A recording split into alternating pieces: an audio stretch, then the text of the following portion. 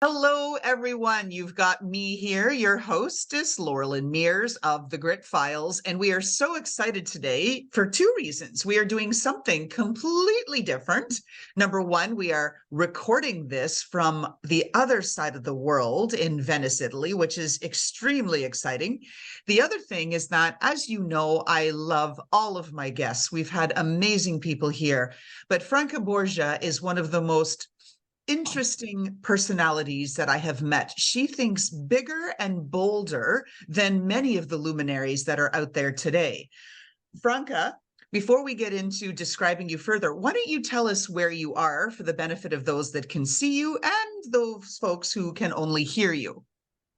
So I am right now here in Venice, Italy, and you can see in the background the beautiful park of St. Elena, which is quite close to the place where the Biennale is hosted every year. I mean, the Biennale of Architecture or the Biennale of Arts, depending. I mean, those of you who know the Biennale in Venice, it's very famous.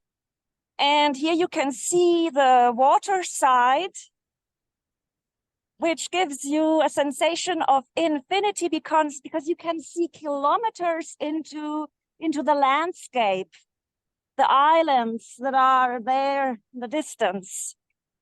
And the fascinating thing about Venice is that you can simply walk around town, but you are in midst of civilization. That's totally unique. And there's something very special about the comment that you made that the water goes on forever and ever because there's a, I guess, temporal limitlessness and sense of infinity that infuses everything that you do, from the way you think to the art that you create. So for our guests that are listening that do not know who Franca Borgia is, a couple of things about your background. One, she is an artist and has developed this double circle symbolism, which represents this infinite thoughts and concepts behind it. And she has several large art installations in Europe. She also creates luxury t-shirts, and I'm not talking about screen printing and things like that. This is luxury gold stitching with very powerful messages that are stitched into the t-shirts to call upon our higher selves and raise awareness. And she also is an author of a book series that begins with the evocative title of The Metabolism of the Mind. So let's get into a few things. So first, Franca, talk to us about Venice and the inspiration and things that shaped you from your childhood. Let's start there. Well, right now I'm walking along, the lagoon here in Venice, where I've often gone for a walk with my father when he was still alive. My father died here in Venice. I have painted his coffin, and we had a very, very close intellectual relationship. He was sharing his thoughts with me a few months before his death. He was discussing the topics that he did not have time to elaborate himself. And one of those topics was the metabolism of the mind. And that is such an yes. evocative title. The idea of metabolism talks about the consumption and conversion of energy, and we think about our body and metabolism, but we don't think about our mind doing it. Talk to us a little bit more about what that means and your father's insights there.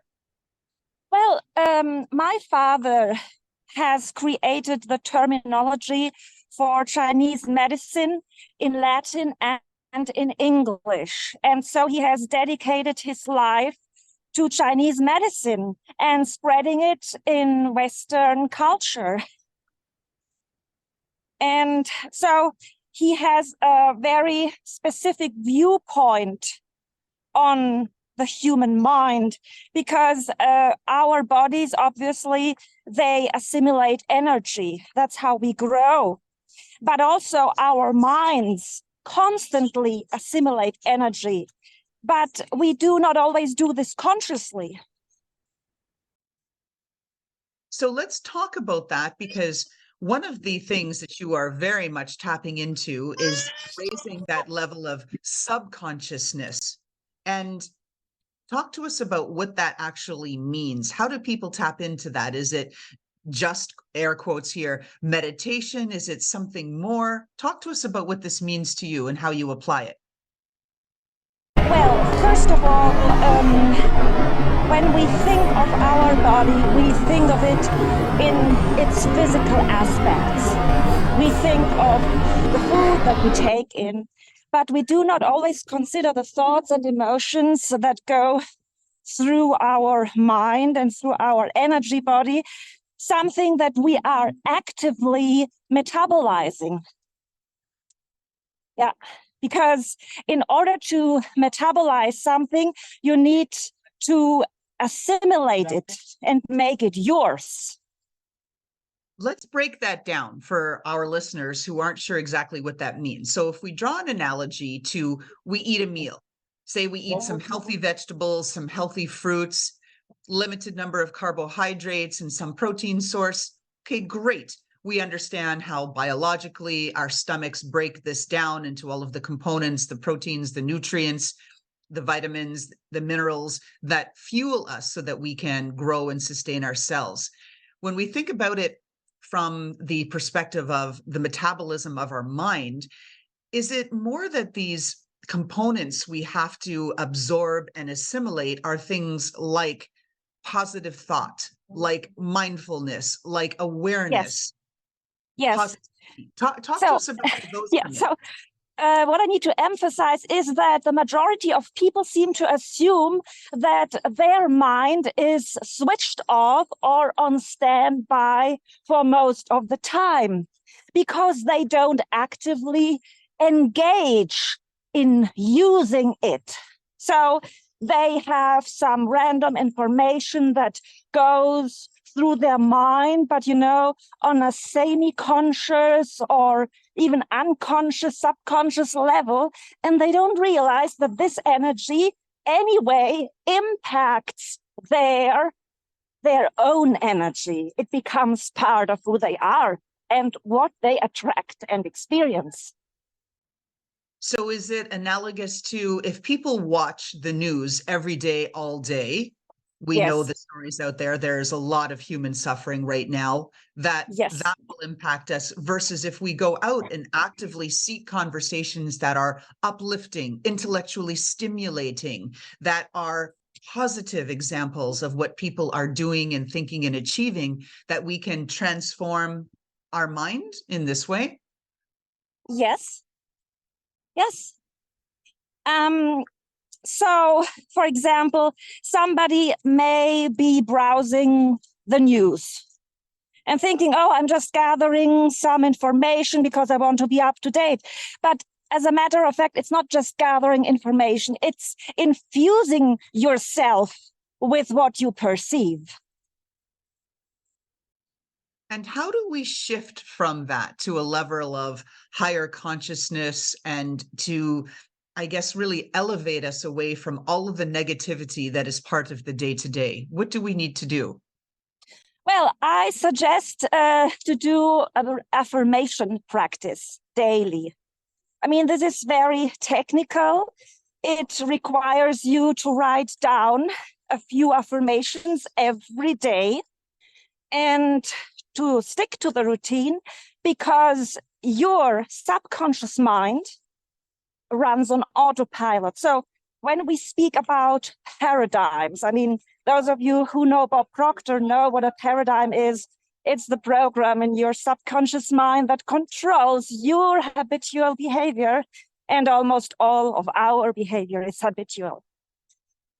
So if we want to change our habitual way of thinking, we have to make an effort.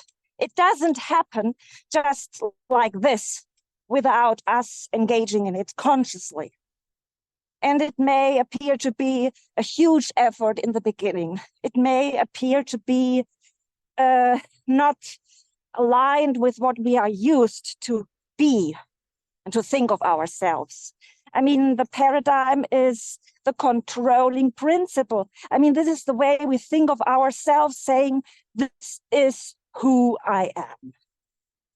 And sometimes we don't want to question this, even if we are not perfectly comfortable and we feel it's not exactly who we wish to be.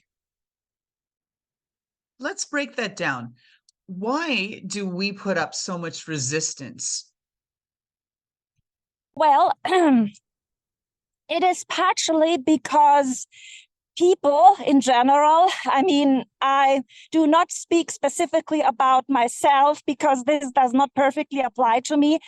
I do not care to be part of the crowd. It doesn't make me feel safe to be part of the crowd. But I know that for many people, it's important to feel safe and to be part of the crowd. Yeah, and that's the whole point. Is just really, I guess, bucking that crowd mentality. Why do you have to go left because everybody did? You can go right if you choose to. Of right? course. If you're Yes. right. And yes. How about you share some of the experiences you've had in learning under Bob Proctor? There's a wonderful picture of you two together. And for those of you that don't Yes. Rob Proctor's work, he really not only tapped into these different paradigms that we have, but helped leaders around the globe transform their way of thinking. And some of the work that you may be more familiar with is that it was his advisory work that helped guide the production of The Secret, which we all understand is about that positive affirmations and looking at the world differently. Talk to us about your experiences with Bob and what you gained from him. Well, what I love about Bob Proctor is that I don't need to explain to him why I think the way he thinks. Because I have been thinking like that all my life. And when I met him, I thought, oh, that's so funny. He says exactly what I have always been thinking. And you started very early in your life studying mudra yoga and embracing multiple cultures, multiple languages. You had this very much this global purview and influence in your life from which you shared with me. How has that impacted and really broadened your ability to think big picture? Well, obviously, when Bob Proctor spoke about a paradigm shift, it implies changing your habitual behavior and adapting yourself to a new environment and interacting with different types of people. And I had to do that all the time. I have done more than 40 relocations throughout this lifetime. I have studied in Moscow. I have traveled in Asia, North America. I'm fluent in 5 languages, but I think I will learn some more because it's just good to be able to communicate with people directly, you know. I think that is such a wonderfully refreshing and European mentality. Here in the States, people are resistant to even the idea of learning Spanish, yet there's such a hard population of Hispanics in our community. We should know that language, at least to be able to be conversant in it. And here you're talking about knowing 5 languages and you might learn a couple more, you know. It's wonderful. So, those of you who have ever been to Venice will know this part of the city because, I mean, we've just passed by the Giardini della Biennale. And here we are heading towards St. Mark's Square, as you see in the distance. I think you can see it. Yes, we can. We can. For those of you that don't have the visual experience, it's beautiful out there. You can see some of the statuary and tower. So, and as I said, the amazing thing about Venice is that it is totally human. I mean, you don't have any cars, subways, or things. You just have boats. And you have the water and people walking around the town. And it's really a human size city in that manner. And it is, for me, the most magical place in the world. It's a living creature, Venice. It's a totally transformational place as well, because you can see that people, when they are coming to Venice, they open up their hearts, they open up their minds, and they are more ready and prepared to see themselves differently. It's transformational, I would say. think that part of that influence is because it's on the water, and you talked about at the beginning of our show about the limitlessness, right, of the waters and the oceans and their vastness? Or do you think it's because of the just wonderful architecture that has been there for millennia, really standing the test of Well, time? Combination? What is it? What is about well, there Venice? are all those things that you've just mentioned, they are coming together here because the water, I mean, that's an interesting topic in itself. Water carries information. Water carries emotion. I mean, there have been researchers conducted on the topic because our bodies, for, well, the greatest part, they consist of water. Our brain consists of 90% of water. So we are made up of water. And you can see the structure of water transforming according to the vibrations that it is exposed to. So if we hold positive emotions, if we speak positively, the water structures itself in a certain way. And the presence of the ocean here in Venice has this cleansing effect on the energy of the humans.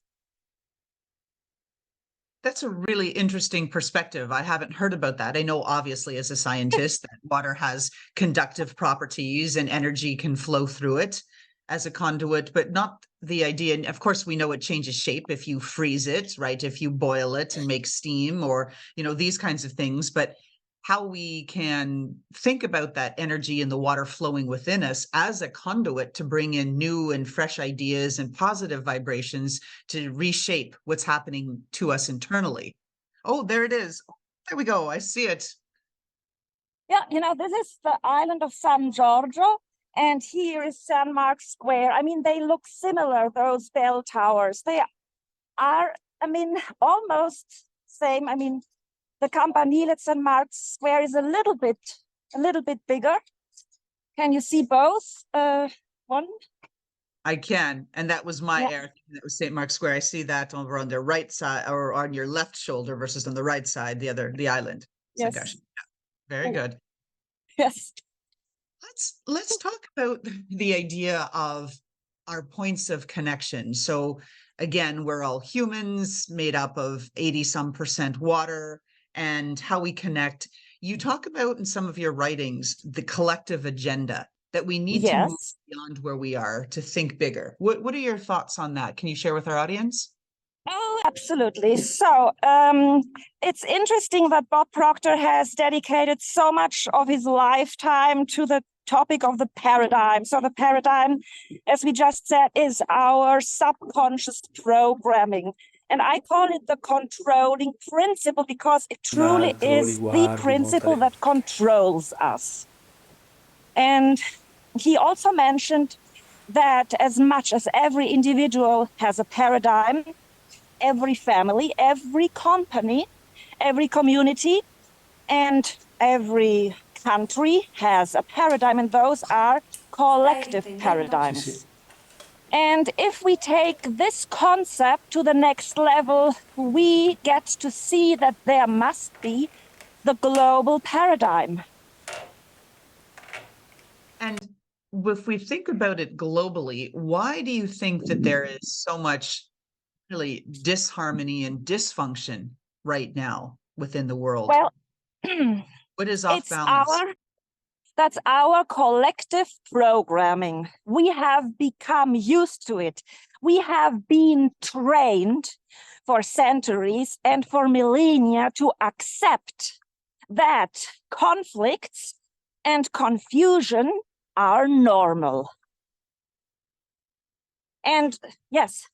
In effect, we've been desensitized, just especially lately, with so much volume of news, 24/7, negative images, people being shown being blown up, seeing their corpses laying there on the side of the road. It's so much to absorb. And I think of the kids that are being bombarded with these negative images. I think just the fact that people are conditioning us, I mean, that we get conditioned in that way, this is a crime against humanity. In reality, it's unacceptable, it's intolerable, and we only tolerate it because our collective consciousness, I'm not talking about the individuals, I talk about our collective consciousness, is still stuck on a Stone Age level of primitivity and ignorance. It is indeed. If you look at it, just stands in such sharp contrast and juxtaposition against all of the advancements we have in technology and AI, and being able to infuse like robotic systems with, I guess, human levels of consciousness and nuance and ability to predict. Yet at the same time, as you said, we're stuck in this medieval times and world of ripping each other to bits and hacking at each other and just it's totally anachronistic. Yes, bingo. Yes. That's the word. And I mean, just to take a look at this beautiful architecture, maybe some of you who have seen this movie, The Tourist with Angelina Jolie and Johnny Depp, it was shot here. There was a scene, maybe you remember this one here, doing a little sightseeing, right? I said, this is what makes it so fun. And there's lots of different things about today's podcast. And it's also your birthday. So are you having a good birthday celebration so far? Fantastic. I got so many nice birthday wishes from my friends. That's wonderful. And that's the thing. You talk about these wishes and the impact that it makes on ourselves and on our day and on our mood. You've given me some affirmations and I recite them in the morning when I go out early. Now in the dark, you talk about where it's so hard to get out there and to see. I'm out there in my reflective gear, taking my dog and really waking up with the sun. And it's wonderful to have that time and that space to be able to go through my affirmations. And as the sun rises, I feel my mood and my energy rise with it. It's wonderful. Yeah, so we've been talking about affirmations. We've been mentioning Bob Proctor and the global agenda. And have we been speaking about leadership as well? We haven't got to that yet, but let's talk about how a leader can use positive affirmations, use mindfulness, some of these techniques to be more conscious in their own delivery of what they have to do to help their team rise up. Talk about the impact on leadership. Well, we, one thing that as I human beings, about lack contemporary leaders fearless is and that confident communication on a global scale. In a spiritually evolved society, the people that they should guide, there should to give be them no feedback. fear. But that's not the right attitude. Ignorance on a global scale is either increased encourage or and empower the decreased. people It is and up be to us, able each and every one of us, express what the people themselves where we, do not dare the to inhabitants express, of this what they lovable feel deep medium-sized inside. planet are going. That's the job of a leader. Each I mean, and every should breath not we only take make reinforces people and confirms comfortable our and presence. secure and What safe, do we but stand? also encourage their personal make a change. growth. We are ready to. Bingo. And you just hit the nail on the head, because that's the difference between leadership and management. Many people confuse the two. Managing is that you are checking off tasks. Did you do the performance review? Did you turn in the report? This is management. It's not leading. Leading involves vision. It involves transformation. It involves assistance to help the people around you grow with you and grow together as an organization. And people often confuse the two. I'm really shocked in our work what I see. Yes. And well, getting back for a moment to this concept of the global agenda, I believe that we do not even consciously label our global agenda as such. It just goes unnoticed. People don't talk about it. And you'd think the perfect home of this would be the United Nations. where they could elevate beyond the discussions and that they have to really look at how they are tasked with being the leaders of a lost flock. People have lost their way and they're looking for new sources of inspiration, different people to guide them and guide them on a more positive path away from all of the negativity that's thwarting our personal and professional growth these days. Yes. You see that it relates to another concept we talked about prior to this podcast on the idea of limiting beliefs.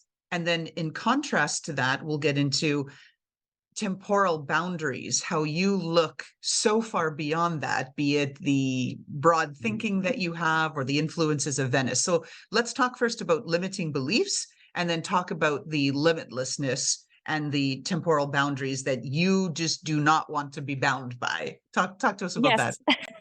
So just to talk about temporal boundaries, we are conditioned by our environment.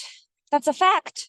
So what I did, I consciously chose my environment that you can see here. This is Venice, and it's the most magical city of the world. It is the world in a nutshell because you can meet so many interesting people and you do not even need to look for them because all the interesting people, they are coming to Venice. They want to be here. And on these temporal boundaries, one of the things that struck me very early in our conversations, and for those of you that don't know, another visionary, Nim Stant, who runs the Global Thought Leaders Conference, introduced me to Franca. We were both speaking at one of Nim's events. And to our conversation follow-ups, Franca talked about, I don't intend, and I don't want to put the words in your mouth, so you can jump in, but you said you didn't want to be just considered now for your artwork, but you wanted your artwork to have a lasting impression where centuries and millennia from now, there's still an impact. Very few people think that broadly and have that big of a vision. It's amazing. Well, the point is that, are we still having our sound? Do you hear me? Yes, I hear you. Good. That when you look at a city like Venice that has been built during centuries, it has been growing, and well, it became what it is today. So big things take time and commitment. And the people who have created works that have stood the test of time, they were totally immersed in the present moment. And they didn't think of what was going to happen next week or next year. They were just immersed in giving all of themselves, all the best of themselves to the present moment, creating something that would last forever. I mean, that's the spirit. You know what I mean? I do. And so if you create something, you want it to last forever. You don't create it because you think, oh, in a week, it will already be forgotten. I mean, that's not the attitude.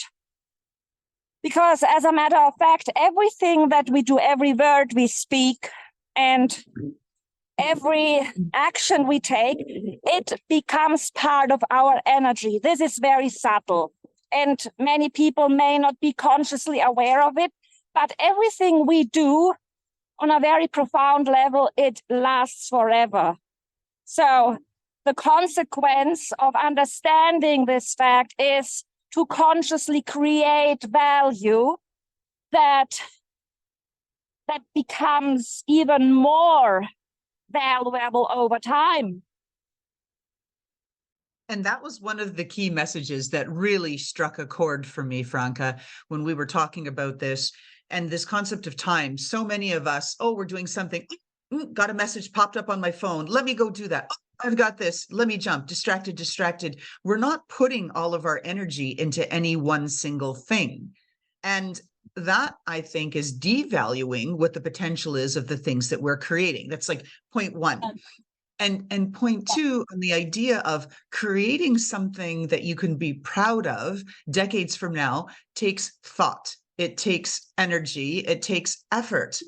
And so many people, I think, are missing that point, that they just think, oh, I'll just get through this. Yeah.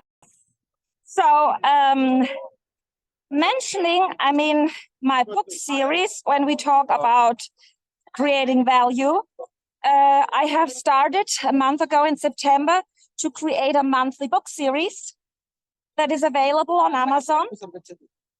And for the moment, we have the placebo paradigms. And for this month, the act of affirmation, the silent thunderbolt. What I want our listeners to hear about is that what you've done so cleverly is taken about 100 and some concepts. You talk about how many years ahead you will be releasing one book per month, to break it down to make it more accessible. So starting with concepts like, what is a paradigm? How do we talk about what does it mean? Talk about affirmations and how they can impact our day, our week, our future. Then you get into root vocabularies and this series. And so I've purchased it now, so I'm in. I have not read it yet. And I like the paperback version because it has your beautiful double circle and other gold imagery to create that energy and that tactile sensation that I think can add some more energy from the book rather than reading it on a Kindle, say.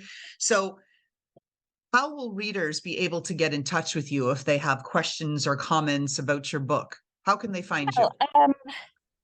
You can find, as I said, these books on Amazon, and you can also email me over my website, Rara International. And you have the YouTube channel where you can find some of my videos. And, well, I hope that you will be able to find exactly what matches your desires and your intentions. And to be really clear about where people can find you, they can follow you as an author on Amazon. They can go to rara-international.com to see you there. They can find your works and be able to interact with you on Etsy. They can find you again through your website and your YouTube channel. Franca, as we wrap up our podcast here from the lovely, lovely city of Venice, where I have not been in so long, but it looks wonderful, what is your message for our listeners? Embrace yourself, not only with love, but with conscious awareness, with courage and commitment, and with determination. One of the conversations we had, you talked about our thinking generally is globally quite primitive, and that we need to up-level our thinking and consider a bigger agenda for the world, especially in the context of everything that's happening. Talk to us about your thoughts around what that global agenda should be and how we can potentially get there together. Well, first of all, before I get to the global agenda, I need to explain the concept of the subconscious collective paradigm. Those of you who are acquainted with Bob Proctor's teachings may know what a paradigm is. It is the program within our subconscious mind that controls our habitual behavior. And almost all of our behavior is habitual. And there are not only the paradigms of us as individuals, but there are collective paradigms. So every family, every company, every community, and every country has a collective paradigm, which leads us to understand that ultimately we have a global paradigm that defines us as a collective organism. And this happens without our own conscious effort. It is subconscious. It runs on autopilot. We don't control it consciously. So all the chaos, all the confusion, all the suffering that we have experienced throughout the centuries and throughout millennia is an expression of this subconscious collective paradigm, our program. We are programmed to consider confusion and conflict to be normal. And so does it first require that we have to raise our individual level of consciousness before we can collectively rise, or can you do them both in parallel? It goes hand in hand. I mean, it's true that every individual has the potential to impact the collective. It is also true that every individual is impacted to some extent by the collective paradigm. I mean, culture itself is the paradigm. It's the way we interact with each other. And this is what we cannot easily transform if we don't start from within, if we look outside for solutions. And so with that then, explain for me and our audience how, if we don't first start by looking within, how do we work together to find that union, like that point of unification, where we can rise collectively to change the global agenda, to come back to that question? So how do we get there, Franca? Well, first of all, we need to have the courage to affirm what we truly desire. Many people limit themselves, thinking that other people may not be satisfied being in their company if they do not pursue a certain program, I call it program, in their life. And on that topic of limits, I want to spend a lot of time on that because there's a lot in that. First of all, on the limits where people have their own limiting beliefs. They do not think that they are worthy of a better job or a better spouse or a better opportunity. So let's talk about that, how in your teachings in and around the personalizing your paradigm in your newest book are relevant to the concept of overcoming these limiting beliefs. Well, we are programmed to thinking negatively. We do not assume that things will always work out in our favor because it's not part of our culture. And if we do not make a constant effort to transform those limiting beliefs, we are conditioned by them without noticing it. So it sounds a bit like a chicken and egg cycle. So if I'm not personally self-aware that I'm being limited by my own beliefs, how do I know that I have to do something different to overcome my limiting beliefs? How do we break that chicken and egg? Well, I think it starts with our own thinking. And in this context, I would like to mention my new book series on Amazon. This is the first title. It's Placebo Paradigms. It came out in September. And just today, I have finished the next title. It was this month, The Act of Affirmation, the Silent Thunderbolt, which speaks about affirmations, obviously. But it's also part of a bigger picture, I mean, that we have not considered up to this point in the realms of personal growth. I mean, when I had this conversation with you and I asked you, how do we grow? What is personal growth? Well, when we look at a plant or an animal or a human being, we need to assimilate energy. We need to make it ours. So what is happening when we grow as a person, when we evolve? We need to assimilate energy. And what is happening is that many people, they do not make the words they use their own. They use words without really creating a positive emotional bond with the words they use. And I will be getting into more detail in my book on the root vocabulary. So that's also a topic that my father brought up. He didn't have time to finish it himself. So the root vocabulary is our basic vocabulary of around 100 words that we acquire during the first years of our life.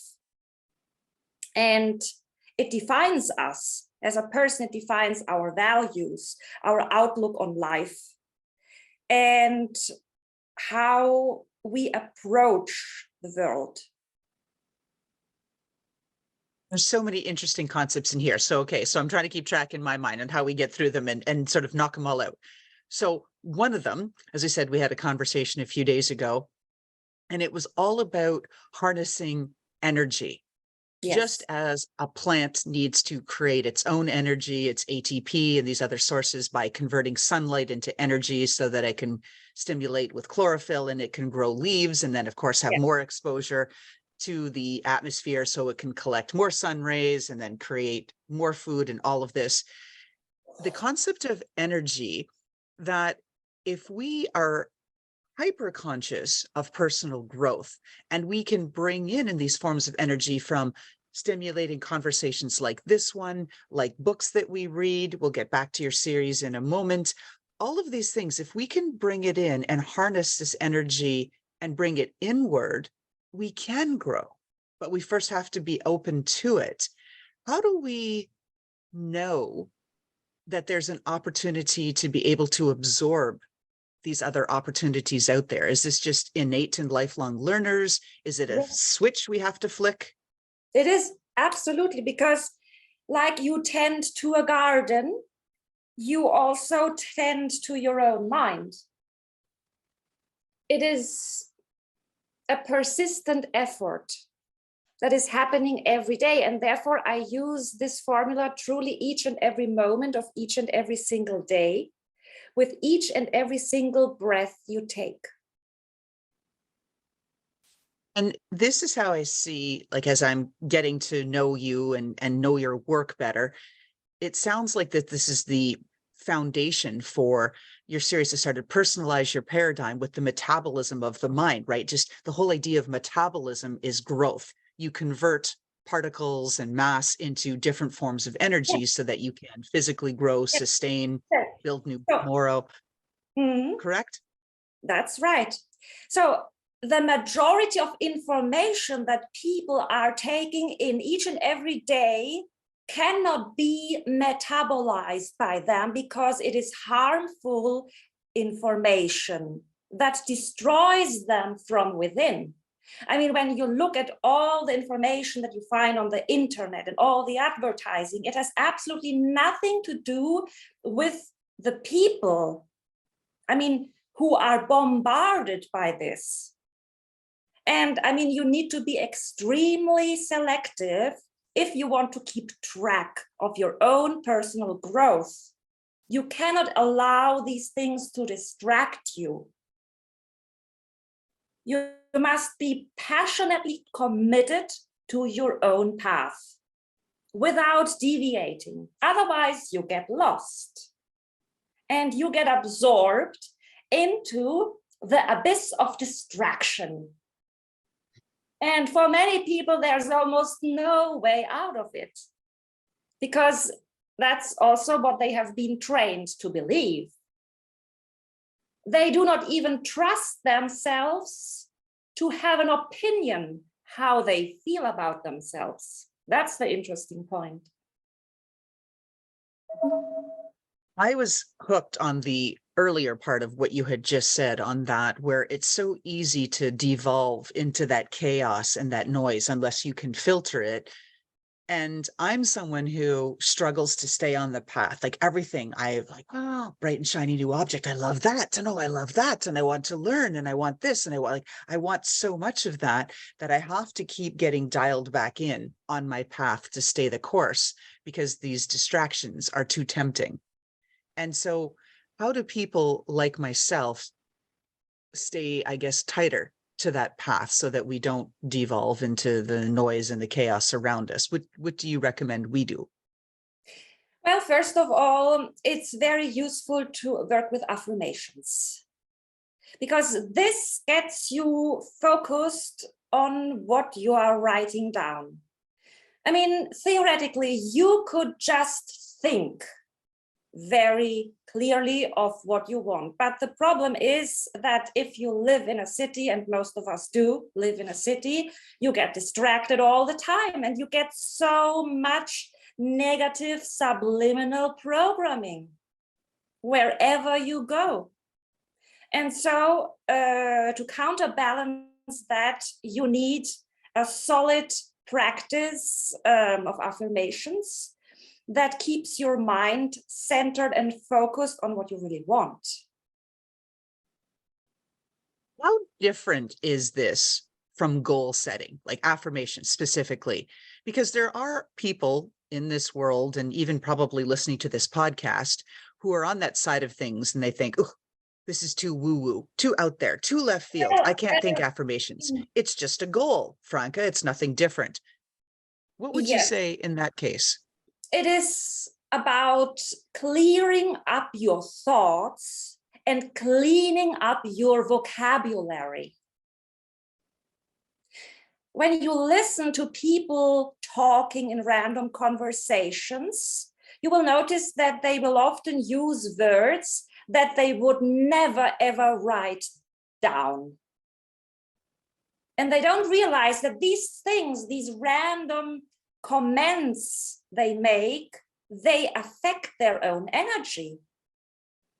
And they behave as if their mind was either switched off or on standby for most of the time. They don't consider that it's running hot all day long, processing the information that the person subconsciously gathers.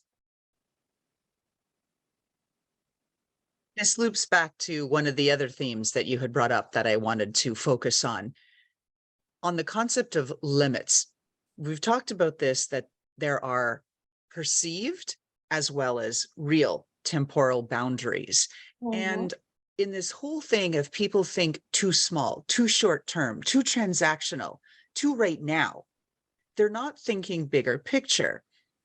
I'd like you to talk to our audience about overcoming the concepts of temporal boundaries and thinking really big. Like I said, with your artwork, you even create infinite loops and circles and swirls. You'll see it in your artwork on the cover of your books, in the art installations that you've done, that you're thinking about, I want to be a known entity hundreds of years from now. That's right. Talk to us about why maybe people get stuck in this immediate gratification thing or whatever it is. How and why is it that few people like yourself think bigger picture, much longer term? What does it? Like what did you harness into to think so far beyond today? So first of all, when we think of big works, I mean, important works of art that still amaze us up to the present moment, they have been created by people who have totally and completely immersed themselves into the present moment. People who were not thinking of what they were going to do in an hour or in a week. They were totally immersed in the eternal present. And they knew that there is nothing else And if you are totally present, you are eternal. And if you think of what you are going to do tomorrow or next week, you are neither in the present nor in the future. You are nowhere. My father often said that you should not be concerned about the opinion of your contemporaries. You should be prepared to die, and after your own death, wait another 300 years until people start to understand you. Well, Wow, this that's may a tremendous sound, influence. yes, it may sound a little bit exaggerated, but not that much in reality. I mean, I have been working on this, style that I've created in the 90s with the double spirals. And I have barely ever thought of social media. I admit I'm not a big fan of social media. I just understand they are necessary nowadays. Otherwise, people just won't believe you even exist. They don't believe that you are a real person.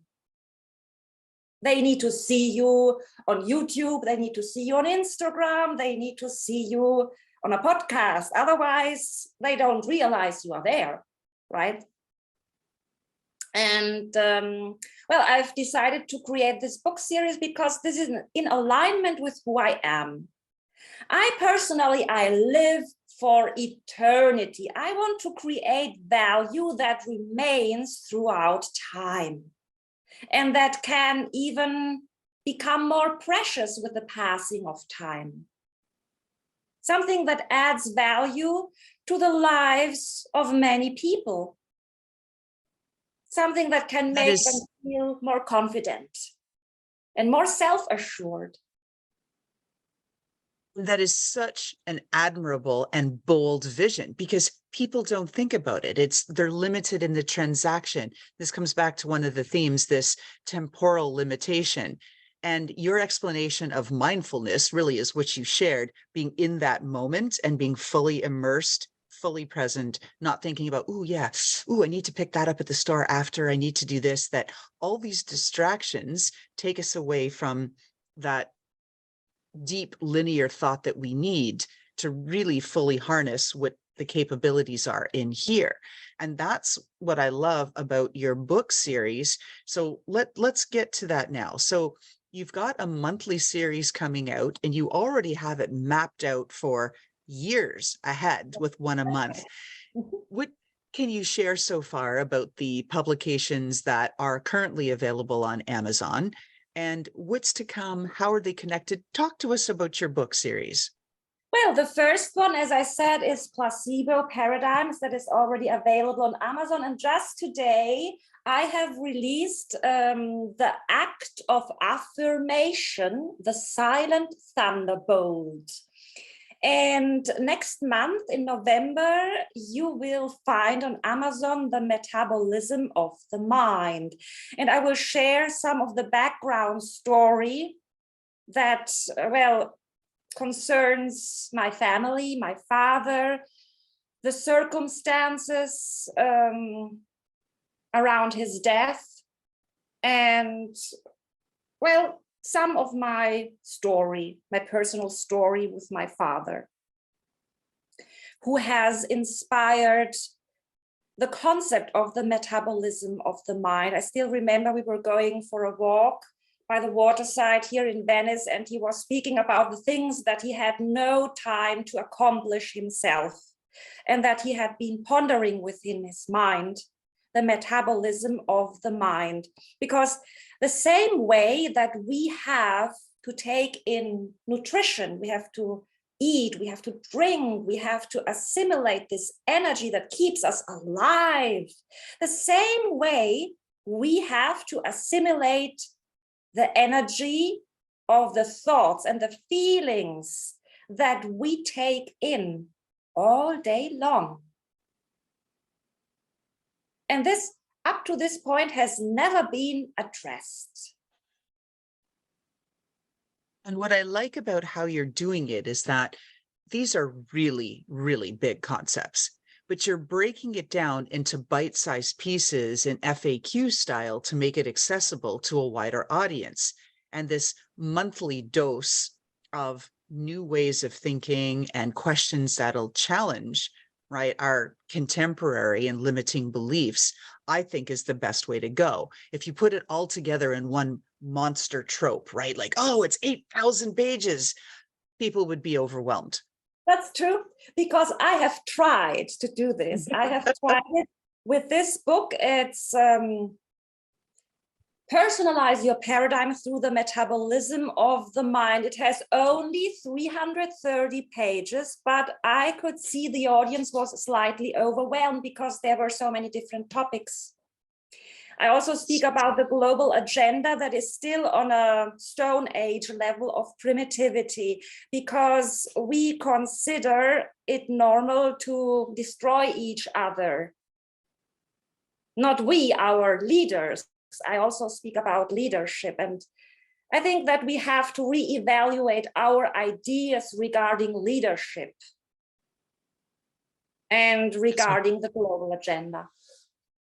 Which I think could be a topic for another time. So as we're coming here to the end of our show, Franca, a couple of key things. How do people find you and contact you?